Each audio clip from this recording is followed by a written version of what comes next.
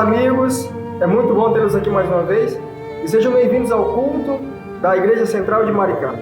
Queremos que você deixe aqui o seu pedido de oração no chat para que possamos orar pelo seu pedido, porque durante a semana, durante os dias que vamos estar aqui nesse culto, vamos orar pelo seu pedido.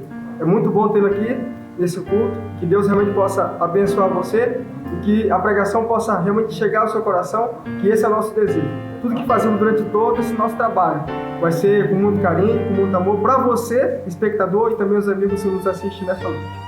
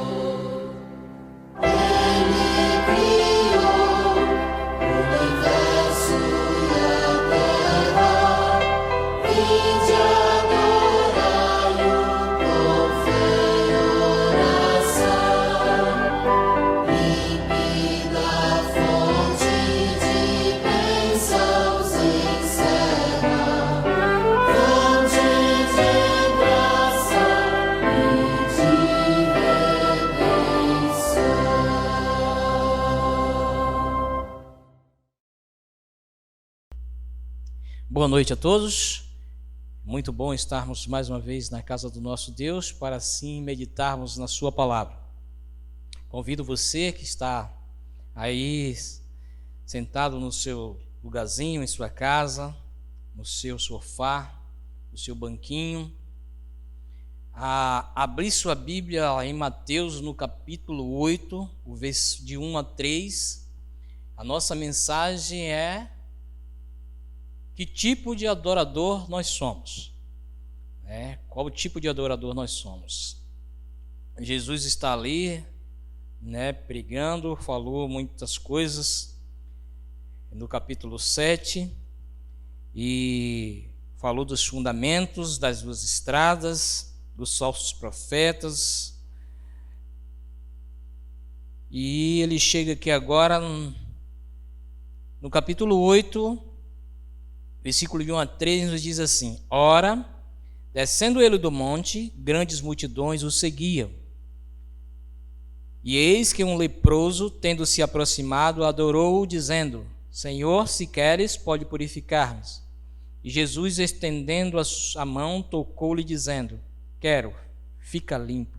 E imediatamente ele ficou limpo de sua lepra. Amém? Vamos fazer uma breve oração para nós meditarmos no que o Espírito Santo quer falar conosco nessa noite. Querido Pai, louvamos o Teu nome porque Tu és bom e a Tua misericórdia ela é eterna. Que dentro dessas palavras que as Tuas santas Escrituras nos falam, que possamos aprender cada vez mais do Senhor e colocar em prática em nossas vidas. Se temos sido falhos contigo, pelos nossos atos, pelas nossas atitudes, pelo nosso viver, que o Senhor possa nos perdoar e nos transformar a cada dia, em nome de Jesus. Amém. Irmãos, quando a Bíblia ela faz relato do leproso, nós podemos, pela lembrança, trazer aqui 3 momentos em que a Bíblia relata sobre o leproso. Um momento é esse, o outro momento é dos 10 leprosos, em que um só voltou, E o outro momento é lá no Velho Testamento que fala da lepra de Naamã. E eu quero fazer um paralelo desse momento com o momento de Naamã. Aqui diz que aquele homem era leproso. E ele queria ficar curado, porque na realidade, todos nós na realidade queremos ficar curados. E essa lepra, ela era uma doença que ela tinha um nome chamado dedo de Deus para aquela época, porque todo mundo que ficava leproso achava-se que era Deus e que estava dando um castigo por algum ato que deveria ter cometido. E muitas das vezes aconteceu de verdade. Se você lembrar, você vai ver que quando Miriam questionou por que Deus só falava com Moisés, ela ficou o quê? Ficou leprosa. Você vai ver que quando Geazi tomou justamente os bens que não era para ter tomado, Eliseu falou para ele que ele ia pegar a lepra que Naamã tinha e ela transferiu-se para Geazi. Então, tinha-se a noção de que a lepra era um castigo que Deus dava pelo erro que alguém tinha cometido. Você vê também com o próprio Jó, quando ele pega aquela úlcera, aquela enfermidade, que era uma lepra no seu corpo inteiro, os seus amigos achavam que ele tinha cometido algum erro, algum pecado, porque a lepra era tido como se fosse realmente algo que Deus castigava. E aquele homem, ele estava leproso, e por ser leproso, naquele período era muito triste, porque além de você ser tido como uma culpa grande pelo erro que você cometia, que era assim que se pensava, ainda tinha o pior de tudo, era que você tinha que se afastar de seus familiares, largar a sua cidade, todos os seus amigos, tudo, e sair da cidade e morar na cidade dos leprosos, bem afastado, onde você não tinha contato com ninguém, porque era uma doença contagiosa. E assim se seguia a vida do leproso. Mas quando você vai meditar aqui na palavra de Deus, você vai ver que aquele homem, ele fez algo que não se era costumeiro fazer, porque um leproso ele não poderia se aproximar das pessoas, e quando ele se aproximava, ele saía gritando: leproso, leproso, imundo, imundo, imundo, e as pessoas se afastavam dele, porque realmente era uma doença que cheirava mal, você não tinha como realmente ter uma cura para aquela época. E você sabe que quando se tem uma enfermidade que ela não tem cura, é algo muito triste, porque as pessoas ficam sem esperança. E aquele homem, por ser leproso, provavelmente ele não tinha esperança. E aquele jovem homem, ele fez algo que ninguém esperava. No meio da multidão, ele apareceu e penetrou pelo meio da multidão. Com certeza muitos se afastaram, saíram, outros talvez até quisessem até tirar, mas ele foi e adorou ao Senhor em primeiro lugar. Aproximando-se, no versículo 2 disse, adorou-o dizendo: Senhor, queres, pode purificar-me. Aquele homem, no meio da sua dificuldade, no meio do seu problema, ele viu em Jesus a única solução. E você sabe que hoje, no mundo de hoje nós estamos vivendo no meio da pandemia, o que mais se busca hoje é a vacina para a cura dessa enfermidade. Quando se acha a cura para uma enfermidade de total tamanho, a questão é de uma proporção muito grande. E provavelmente aquele homem tinha ouvido falar de Jesus e que Jesus já tinha feito algumas curas. E ele diz: olha, agora é a minha oportunidade, eu não posso perder a oportunidade. E aquele homem, como um carente necessitado da ajuda, ele correu e adorou ao Senhor. Mas eu quero lembrar também agora de Naamã. Naamã era um homem que ele também era leproso. Mas como esse homem, ele não tinha se afastado dos seus, ele não tinha saído da cidade, diz a Bíblia dos Escritos, que Naamã, ele era um homem poderoso, um general, um homem que ia para a guerra, e ele comandava muitos soldados. E todos tinham uma autoestima por Naamã.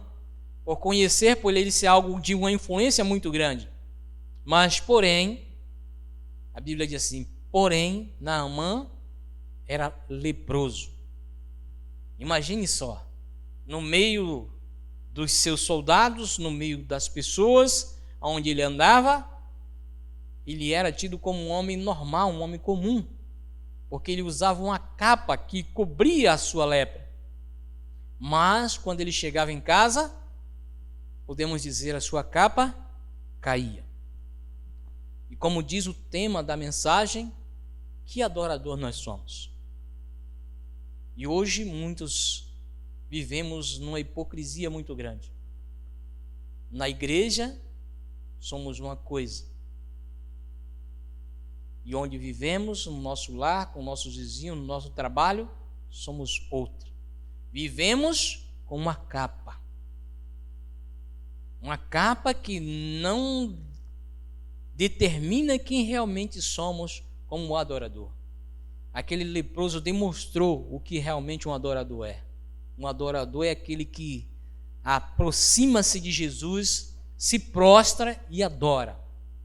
E como adorador, no meio da multidão, você não tem que se abster de ser quem você é. Aquele homem, ele não se absteu de ser quem ele era. Sabendo quem ele era, um leproso, que ele não podia se aproximar da multidão, mas ele foi. Ele foi porque ele sabia quem ele era e o que ele necessitava. E nós, muitas das vezes, até sabemos quem somos, sabemos o que necessitamos, mas fazemos como Naamã, usamos uma capa, escondemos a nossa realidade. E muitas das vezes, escondemos a nossa realidade de que somos verdadeiramente servos do Senhor. As características que nós usamos na igreja não é a mesma que usamos em casa, no trabalho, na escola e onde vamos. Aqui denota dois tipos de adoradores. Um adorador de verdade e aquele que esconde quem realmente ele é. Naamã, mesmo ele sendo leproso, mas ele era um homem, um general, ele se mostrava poderoso, e ele era um homem, como podemos dizer, em outras palavras, um homem arrogante. Se você lembrar bem, quando ele foi a Eliseu, Eliseu nem o recebeu, mandou um recado pelo seu súdito Geazi, e ele quase que nem aceitou a resposta. Mergulhar naquele rio? Não. Lá tem o rio Eufrates e outros rios que são mais limpos do que esse rio. Por que eu tenho que mergulhar nesse rio? Esse rio sujo e imundo. E muitas das vezes a gente pensa que pela nossa posição, talvez pelo que temos, talvez pela posição que ocupamos, nos achamos na condição de usar essa capa para esconder a realidade de quem verdadeiramente somos. Achamos que por sermos, muitas das vezes, termos uma oferta e um dízimo maior, talvez, na igreja, achamos que somos tão importantes a ponto de não poder mexer conosco, não poder falar conosco, não poder, porque a capa que usamos é a capa da nossa posição social ou talvez do nosso requisito remuneração. E isso, às vezes, para Deus não tem importância nenhuma. A posição que eu ocupo, a posição que você ocupa, os bens materiais que você tem, para Deus não tem nenhuma importância se você não é um verdadeiro adorador. Por isso, nessa noite, eu quero pedir para você que faça uma reflexão. Se você verdadeiramente está sendo um adorador, se você está no meio da multidão dizendo quem verdadeiramente você é, ou se você está com a capa, cobrindo a existência de uma outra pessoa. Na igreja eu sou uma coisa, mas em casa e com meus amigos, talvez na escola, se estiver falando com jovem, talvez no trabalho, eu seja totalmente outro. Escondo quem verdadeiramente sou, como Naamã fazia. Chegava em sua casa, era uma coisa, mas quando chegava no meio dos seus soldados, ele era outra totalmente diferente. Que nós possamos verdadeiramente viver uma realidade de quem verdadeiramente somos e de quem verdadeiramente adoramos. Como adorador, que nós possamos nos prostrar diante do nosso Deus e dizer: Senhor, eu sou assim, assim, assim. preciso mudar, preciso melhorar. Porque aquele homem, ele disse: se tu queres, pode purificar-me. E nós podemos também ser purificados de toda essa nossa mazela que vivemos. Se você se encontra dessa forma, se você não ainda se acha um verdadeiro adorador, que nessa noite, após nós ouvirmos o hino, eu quero orar com você. E você se aproxime de Deus nessa noite. Se aproxime mais de Cristo, para que você se torne um verdadeiro adorador. Que essa capa, essa máscara possa cair e você se torne um verdadeiro adorador, seja na igreja, seja em casa e onde você verdadeiramente estiver. Nós vamos cantar o hino e logo após nós vamos fazer uma oração.